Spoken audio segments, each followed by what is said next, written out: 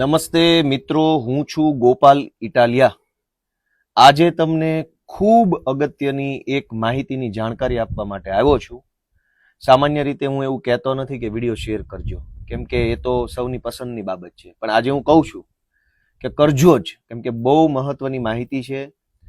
ધારાસભ્યને પણ આ માહિતી કોઈ આપી નથી, પણ આ તો મારી પાસે ગમે ત્યાંથી આવી ગઈ તો હું તમને આપું છું.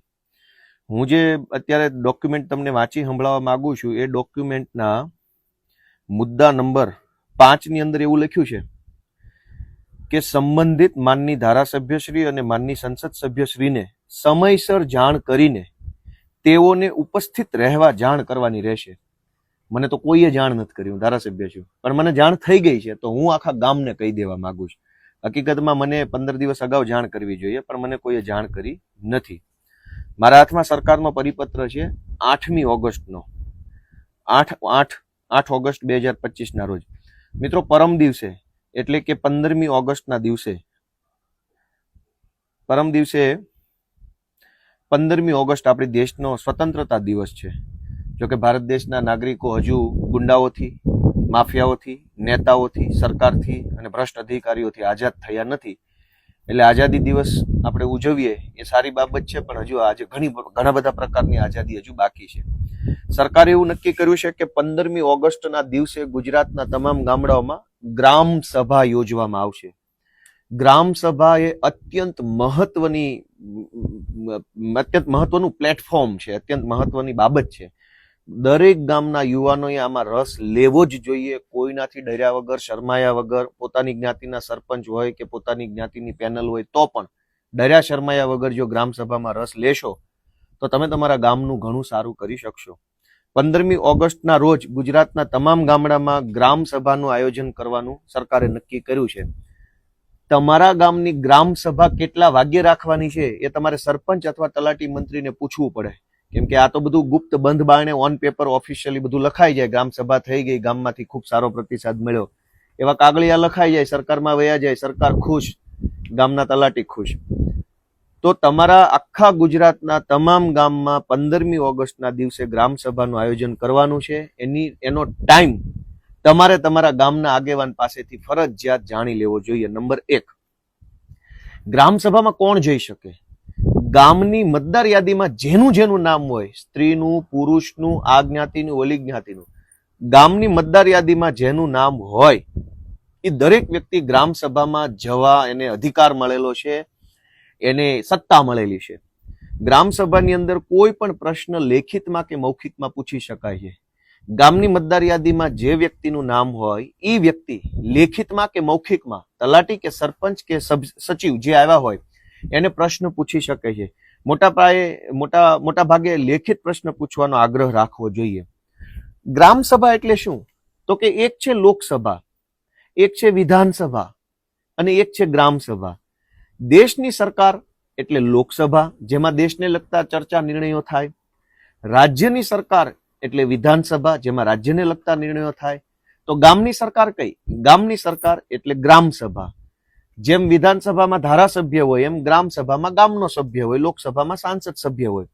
તો લોકસભામાં સાંસદ સભ્યને જે સત્તા મળી છે એ જ સત્તા ગામના સભ્યને ગામ સભામાં મળેલી છે. વિધાનસભામાં ધારાસભ્યને જે સત્તા મળેલી છે એ જ સત્તા ગ્રામના સભ્યને ગામ સભામાં મળેલી છે. ગામ સભામાં તમે શું રજૂઆત કરી શકો? ગામના કોઈ પણ પ્રકારના રોડ રસ્તાઓ, નાળાઓ, પુલિયાઓ, ગામનું સ્મશાન, ગામની આંગણવાડી, ગામનો પાણીનો સંપ, પાણીની ટાંકી,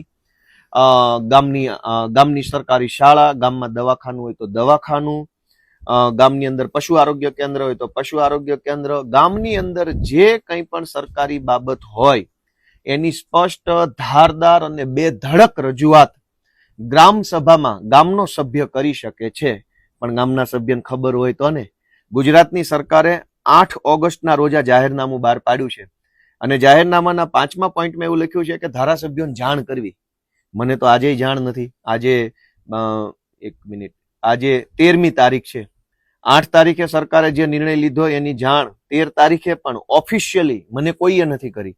પણ મારા ભાઈબંધ, દોસ્તારો, મિત્રો છે એમની પાસેથી મને આ માહિતી મળી ગઈ એટલે મેં તાત્કાલિક અર્જન્ટમાં નક્કી કર્યું કે હું વિડીયોના માધ્યમથી તમને જણાવું, કેમ કે ટીવી વાળા આપણને આવું ક્યારેય બતાવશે નહીં. ટીવીમાં બધી વાતો જે જનતાને બિલકુલ કામની ન હોય, જનતાના જે જીવન છે એને લાગુ જ ન પડતી હોય, એવી બધી બાબત ટીવીમાં આવશે. આવા મહત્વના મુદ્દા ટીવીમાં નહીં આવે. એટલે એ જવાબદારી મારી છે. સરકારે લખેલા ઠરાવ પ્રમાણે 15મી ઓગસ્ટના રોજ MOPR એટલે મિનિસ્ટ્રી ઓફ પંચાયતી રાજ ના પંચાયત નિર્ણય એપ્લિકેશન દ્વારા ખાસ ગ્રામસભાનું આયોજન કરો અને photo, video, minutes of meeting વગેરે અપલોડ કરો અને નવીનીકરણીય ઉર્જા અપનાવવાને પ્રોત્સાહન આપવું. એટલે આના ફોટો વિડીયો પાડવાના છે, મિનિટ્સ ઓફ મીટિંગ કરવાની છે, પણ બધું રામ ભરોસે તંત્ર છે. ગામના યુવાનો ગ્રામસભામાં રસ ન લે તો ગામના જે કાંઈ ભાજપના આગેવાનો હોય પોતાના ઘર મેળે 5 હગાવાલાને બોલાવીને સહીઓ કરાવી અને ગામસભા પતાવી દેતા હોય છે. આ ગામસભાની અંદર સરકારે PM સૂર્યઘર, PM કુસુમ, PM જનમન, DA, JUA અને બાયોસેક પર ગ્રામ પંચાયત સ્તરે એના ડિજિટલ ફોર્મેટ તૈયાર કરવાનું સરકારે લખ્યું છે.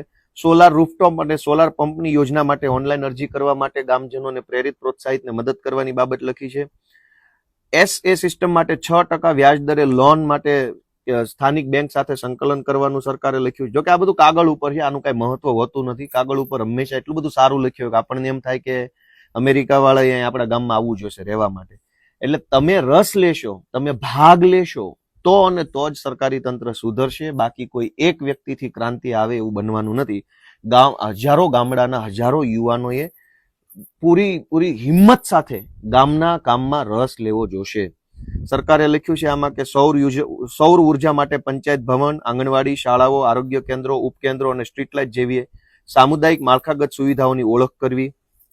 PM કુસુમ હેઠળ જૂથ આધારિત સૌર પ્રોજેક્ટ માટે જમીન એકત્રીકરણ અને લીઝમાં સહાય કરવી. બાયોગેસના લાભાર્થીને બાયોગેસ આપવો વગેરે વગેરે બધું બહુ સારું લખ્યું છે આમાં. આ ગ્રામ સભામાં ગ્રામ્ય કક્ષાના તમામ કર્મચારીઓ ઉપસ્થિત રહેવાનું છે, જેમ કે ગ્રામ પંચાયત મંત્રી, ગ્રામ સેવક, આરોગ્ય કર્મચારી, આંગણવાડી કાર્યકર, શિક્ષકો, જિલ્લા તાલુકાના તમામ વિભાગના વર્ગ 1 અને વર્ગ 2 ના અધિકારીઓ વગેરે લોકો આ મીટિંગમાં હાજર રહેશે અને ગામના લોકોને સાંભળશે અને ગામની અને પ્રોગ્રામ નક્કી કરશે. આ કાર્યક્રમના એજન્ડાની આગોતરી જાણ ધારાસભ્યને કરવાની છે, પણ ધારાસભ્યને કોઈએ કંઈ કીધું નથી. પણ આ ધારાસભ્ય જરાક પ્રોએક્ટિવ છે, એટલે ધારાસભ્ય જાતે જાણકારી લઈ આવ્યા છે અને ધારાસભ્ય તમને જાણકારી આપે છે. ગ્રામ સભાના કાર્યક્રમ દરમિયાન રાજ્ય કક્ષાએથી, જિલ્લા કક્ષાએથી અને તાલુકા કક્ષાએથી ગ્રામ સભામાં ભાગ લીધેલ મહિલા, પુરુષો અને ગ્રામ સભામાં થયેલ વિશિષ્ટ કામગીરી, સાફલ્ય ગાથા અંગેની વિગતો આવરી લેતી પ્રેસ નોટ પ્રસિદ્ધ કરવાની રહેશે. હવે સાફલ્ય ગાથા શું છે? ગામમાં પેવર બ્લોકમાં ભ્રષ્ટાચાર થાય, ગટરના કામમાં ભ્રષ્ટાચાર થાય, મેટલ કામના, રોડના કામમાં ભ્રષ્ટાચાર થાય, પાણી ટાંકામાં ભ્રષ્ટાચાર થાય, અને સાફલ્ય ગાથા શું લખવાની? ગુજરાતમાં લગભગ 1, 2, 5 એવા જૂજ ગામ હશે કે જેમાં બહુ વાંધો નહીં હોય. બાકી તમામ ગામના લોકો એટલું બધું ખરાબ હાલતમાં જીવવા મજબૂર બન્યા છે કે એમાં શું સાફલ્ય ગાથા લખવાની? પણ દોસ્તો, આમાં 9મા નંબરના મુદ્દામાં એવું લખ્યું છે કે ગ્રામ્ય કક્ષાએ ખાસ કરીને યુવાનોમાં ટ્રાફિકને લગતી સંવેદના ઉભી કરવા માટે ગ્રામ સભામાં એજન્ડા તરીકે માર્ગ સલામતી અને ટ્રાફિક જાગૃતિ થકી ગ્રામ સુરક્ષાનું પ્લેટફોર્મ પૂરું પાડવું. એટલે સરકાર એવું કહે છે ગ્રામ સભામાં યુવાનોને બોલાવજો ને એને ટ્રાફિકની જાગૃતિ આપજો. કાકા ગામમાં રોડ જ નથી, ટ્રાફિકની જાગૃતિ પછી લાવો, પેલા રોડ જાગૃતિ લાવો. ગુજરાતના તમામ ગામના રોડ તૂટેલા, ફૂટેલા, ખાડાવાળા, ભંગાર, બેકાર હાલતમાં છે. સરકાર એમ કે છે ટ્રાફિક જાગૃતિ ગામડાના યુવાનો લાવો. પહેલા તમે તમારી રોડની જાગૃતિ લાવો, હારા રોડ બનાવતા થાવ. માણસ હાલી ન શકે, વાહન તો નહીં, માણસ પોતે નો હાલી શકે એવા ભંગાર રોડ છે, ટ્રાફિક જાગૃતિની ક્યાં કરો છો? એટલે આ ગ્રામસભા 15મી ઓગસ્ટ 2025 ના રોજ આયોજન કરવાનું ગુજરાતની સરકારે નક્કી કર્યું છે. મિત્રો, ગુજરાતના તમામ ગામમાં ગ્રામસભા થવાની છે. તમે રસ લેશો તો પ્રોપર રીતે થશે. તમે રસ નહીં લો તો પંચાયતની અંદર બંધ બાયણે 7 લોકો ગ્રામસભા કરી કાગળ ઉપર ફૂલ ગુલાબી બધું ચિત્ર બતાવી કે અમારું ગામ તો અમેરિકા જેવું થઈ ગયું છે એવું બધું લખી સરકારમાં ઠરાવ મોકલી દેશે કે બધું થઈ ગયું, રેડી, ફોટાય પડી જશે, વિડીયો પડી જશે. તો ગુજરાતભરના તમામ યુવાનોને વિનંતી છે કે તમારા ગામની ગ્રામસભાનો ટાઈમ આજે ને આજે સરપંચ, તલાટી અથવા ગામના આગેવાનોને પૂછી લો. અને જો કોઈ તમને ટાઈમ ન બતાવે તો 15મી ઓગસ્ટે સવારથી ગ્રામ પંચાયતની ઓફિસે હાજર રહેવાનું. જ્યારે તાળું ખોલે એટલે તરત અંદર બેસવાનું. વિડીયોગ્રાફી કરવા ઉપર કોઈ પ્રતિબંધ નથી. સરકારના ઠરાવમાં ક્યાંય લખ્યું નથી કે વિડીયોગ્રાફી પર પ્રતિબંધ છે. વિડીયોગ્રાફી તમે તમારા મોબાઈલથી શાંતિપૂર્વક રીતે કરી શકો છો, કોઈ મનાઈ નથી, કાયદામાં કોઈ પ્રતિબંધ નથી. કોઈ પણ રજૂઆત શાંતિપૂર્વક કરવી જોઈએ, ઉગ્રતાપૂર્વક રજૂઆત ન કરવી જોઈએ, ઝઘડો કરવાની ભાવનાથી જવું ન જોઈએ. ગામના કોઈ પણ કામ અંગે તમે ગ્રામ સભામાં સરપંચ, ગ્રામની સભા અને ગામના સચિવ એટલે કે તલાટી મંત્રીને તમે કોઈ પણ પ્રશ્ન લેખિત મૌખિક પૂછી શકો છો. ગામમાં બધા સમાજના યુવાનોએ પોતાનું એક ગ્રુપ બનાવીને ગામના વિકાસ માટે થઈ ગ્રામ સભામાં જવું જોઈએ. આ અત્યંત મહત્વની માહિતી છે દોસ્તો. જો તમે આખો વિડીયો સાંભળ્યો હોય તો મારી બે હાથ જોડીને વિનંતી છે, હજારો ગ્રુપમાં શેર કરો. અને ગુજરાતમાં વર્ષોથી કાગળ ઉપર બધી ગ્રામ સભાઓ ભરાય છે, એના બદલે આ વખતે 15મી ઓગસ્ટે આઝાદીનો મહત્વનો દિવસ છે. વાસ્તવિક રીતે જો સરકારી તંત્રની ગુલામીમાંથી મુક્ત થવું હોય તો બધાએ પોતપોતાના ગામની ગ્રામ સભામાં હાજરી આપવાનો આગ્રહ રાખો. પહેલી વાર જશો, આટલા વર્ષોથી તમે ગ્રામ સભામાં નહીં ગયા હો, અથવા તમને બોલાવ્યા નહીં હોય, અથવા તમને ખબર જ નહીં હોય ક્યારે ગ્રામ સભા આવીને ક્યારે ગ્રામ સભા જતી રહી. ગોપાલભાઈ ઇટાલિયાએ તમને જણાવ્યું એટલે તમને પહેલી વાર માહિતી મળી. અને પહેલી વાર ગ્રામ સભામાં જશો તો ઘણી વખત ગામના જે વર્ષોથી પેધી ગયેલા ભાજપના આગેવાનો હશે એના પેટમાં કેરોસીન રેડાશે, એને તકલીફ થશે, બાંધવાની કોશિશ કરશે, પોલીસના નામે ડરાવશે ને આવું બધું ધાક ધમકી કરશે. પણ તમારા ગામનું ભલું ઈચ્છતા હોવ, તમારા ગામનું સારું થાય એવું ઈચ્છતા હોવ તો તમારે તમારા ગામની ગ્રામ સભામાં વટથી ફરજિયાત જવું જ જોઈએ. પહેલી વાર જશો તો તકલીફ પડશે, પણ પછી દર વખતે જવાનું ચાલુ કરશો તો સિસ્ટમ સુધરવાની શરૂઆત થશે. જે ગામમાં સરપંચ નથી, વહીવટદારનું શાસન છે ચૂંટણી નહીં થવાના કારણે, એ ગામમાં પણ ગ્રામ સભા થશે જ. તો વહીવટદાર હોય ત્યાં પણ ગ્રામ સભા થવાની છે, સરપંચ હોય ત્યાં પણ ગ્રામ સભા થવાની છે. ગ્રામ સભામાં મુદ્દો રજૂ કરવા ઉપર કોઈ પ્રતિબંધ હોતો નથી. તમને ખોટી રીતે તલાટી મંત્રી કે કદાચ ગામના કોઈ સરપંચ રોકે તો તમારે એ વાતનો પરિપત્ર માંગવો જોઈએ કે ભાઈ હું કેમ નહીં પૂછું. ગામનું સ્મશાન, ગામની આંગણવાડી, ગામની શાળા, ગામનું દવાખાનું, ગામની પાણીની ટાંકી, ગામનો રોડ, ગામનું બસ સ્ટેન્ડ, ગામના વીજળી વિભાગના કોઈ વ્યવસ્થા, કંઈ પણ પ્રશ્ન ઉપર ગામની રસ્તા બાબતે બધું જ તમે ગ્રામ સભામાં લેખિતમાં પૂછી શકો છો, જવાબ માંગી શકો છો. મહિલાઓ પણ મોટી સંખ્યામાં ગ્રામ સભામાં જાય એવી મારી લાગણી છે. સૌને મારા જય કિસાન.